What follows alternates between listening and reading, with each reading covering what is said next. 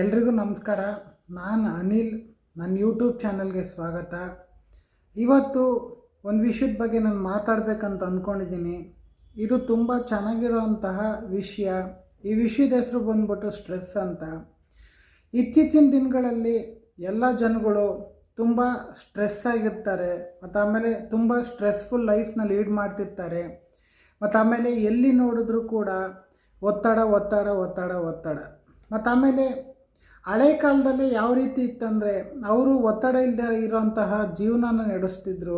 ಆದರೆ ಇತ್ತೀಚಿನ ದಿನಗಳಲ್ಲಿ ಏನಾಗ್ಬಿಟ್ಟಿದೆ ಅಂದರೆ ಚಿಕ್ಕ ಮಕ್ಕಳಿಂದ ಹಿಡಿದು ವಯಸ್ಸಾಗಿರೋ ತನಕ ಎಲ್ಲರೂ ಕೂಡ ಒತ್ತಡದಲ್ಲೇ ಇರ್ತಾರೆ, ಒತ್ತಡದಲ್ಲೇ ಜೀವನ ನಡೆಸ್ತಿರ್ತಾರೆ.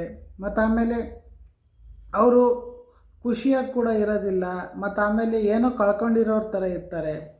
ಮತ್ತು ಅದಾದಮೇಲೆ ಹಿಂದಿನ ಕಾಲದಲ್ಲಿ ಏನಾಗಿತ್ತಂದರೆ ಇರೋದ್ರಲ್ಲಿ ನೆಮ್ಮದಿಯಾಗಿರ್ತಿದ್ರು, ಮತ್ತು ಆಮೇಲೆ ಎಷ್ಟು ದುಡಿಮೆ ಇರ್ತಿತ್ತೋ ಅದರಲ್ಲಿ ನೆಮ್ಮದಿಯಾಗಿರ್ತಿದ್ರು. ಮತ್ತು ಅದಾದಮೇಲೆ ಇತ್ತೀಚಿನ ದಿನಗಳಲ್ಲಿ ಯಾಕೆ ಈ ಒತ್ತಡ ಎಲ್ಲ ಸ್ಟಾರ್ಟ್ ಆಗಿದೆ ಅಂತಂದರೆ ಇವಾಗ ಅತಿ ಹೆಚ್ಚು ಸಾಲಗಳನ್ನೆಲ್ಲ ಮಾಡಿಕೊಂಡು ಮತ್ತು ಆಮೇಲೆ ಅದನ್ನು ತೀರ್ಸೋಕ್ಕಾಗ್ದಲೆ ಅವ್ರ ದುಡಿಮೆ ಎಷ್ಟಿದೆ ಅಂತ ಅದಕ್ಕೆ ತಕ್ಕನಾಗಿ ಅವ್ರು ಬದುಕ್ತಾ ಇಲ್ಲ. ಮತ್ತು ಆಮೇಲೆ ಅವ್ರ ದುಡಿಮೆಗಿಂತ ಹೆಚ್ಚಾಗಿ EMIಗಳನ್ನ ಮಾಡಿಕೊಂಡು ಸಾಲಗಳನ್ನೆಲ್ಲ ಜಾಸ್ತಿ ಮಾಡಿಕೊಂಡು ಒತ್ತಡಗಳನ್ನ ತಂದ್ಕೊತಾ ಇದ್ದಾರೆ. ಮೇಯ್ನಾಗಿ ಒತ್ತಡ ಬರೋದಕ್ಕೆ ಏನಂತ ಕಾರಣ ಅಂತಂದರೆ ಜನಗಳು ಸಾಲ ಮಾಡೋದು, ಮತ್ತು ಆಮೇಲೆ ಅವ್ರ ದುಡಿಮೆ ಎಷ್ಟಿದೆ ಅಂತ ನೋಡ್ಕೊಳ್ಳೋದಿಲ್ಲ. ದುಡಿಮೆಗಿಂತ ಹೆಚ್ಚಾಗಿ ಅವರು ಅತಿ ಹೆಚ್ಚು ಸಾಲಗಳು ಮಾಡೋದು, ಮತ್ತು ಆಮೇಲೆ ಮಕ್ಕಳು ಫೀಸ್ಗೂ ಸಾಲ ಮಾಡೋದು, ಮನೆಗೆ ಸಾಮಾನು ತರೋಕ್ಕೂ ಸಾಲ ಮಾಡೋದು, ಹೆಂಡ್ತಿಗೂ ಸಾಲ ಮಾಡೋದು, ತಮ್ಮ ಅಪ್ಪ ಅಮ್ಮಗಳಿಗೂ ಸಾಲ ಮಾಡೋದು, ಪ್ರತಿಯೊಂದಕ್ಕೂ ಸಾಲ ಮಾಡೋದು.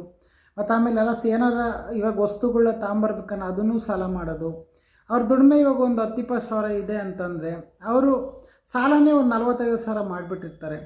ಮತ್ತು ಅದಾದಮೇಲೆ ಇನ್ನೂ ಇದು ಒಂದು ರೀತಿ. ಆದರೆ ಇನ್ನೂ ಕೆಲವೊಬ್ರು ಇರ್ತಾರೆ, ಕೆಲವೊಬ್ಬರು ಯಾವ ರೀತಿ ಅಂದರೆ ಬಿಸ್ನೆಸ್ಗಳಿಗೆ ಈ ಸಾಲ ಮಾಡಿರ್ತಾರೆ, ಲೋನ್ಗಳು ತಗೊಂಡಿರ್ತಾರೆ. ಇನ್ನು ಕೆಲವೊಬ್ಬರು ಮನೆಗಳು ಕಟ್ಟೋದಕ್ಕೋಸ್ಕರ ಲೋನ್ ತಗೊಂಡಿರ್ತಾರೆ.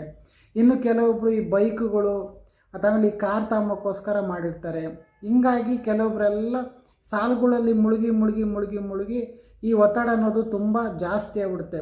ಇತ್ತೀಚಿನ ದಿನಗಳಲ್ಲಿ ಯಾಕೆ ಜನಗಳೆಲ್ಲ ಜಲ್ದಿ ಸಾಯ್ತಿದ್ದಾರೆ ಅಂತಂದರೆ ಈ ಸಾಲದಿಂದನೇ ಅಂತ ಹೇಳ್ಬೋದು.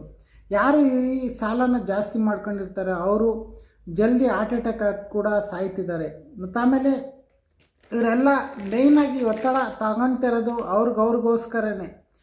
ಯಾರೂ ಅವ್ರಿಗೆ ಒತ್ತಡ ತಗೊಳ್ಳಿ ಅಂತ ಹೇಳೋದಿಲ್ಲ.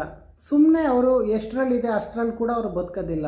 ಅತಿ ಹೆಚ್ಚಾಗಿ ಸಾಲಗಳನ್ನ ಮಾಡಿಕೊಂಡು ಅತಿ ಹೆಚ್ಚಾಗಿ ಐಷಾರಾಮಿ ಜೀವನ ನಡೆಸೋದಕ್ಕೋಗಿ ಅವರು ಒತ್ತಡ ತಂದ್ಕೊಂಡು ಅವ್ರಿಗವ್ರಿಗೆ ಇದು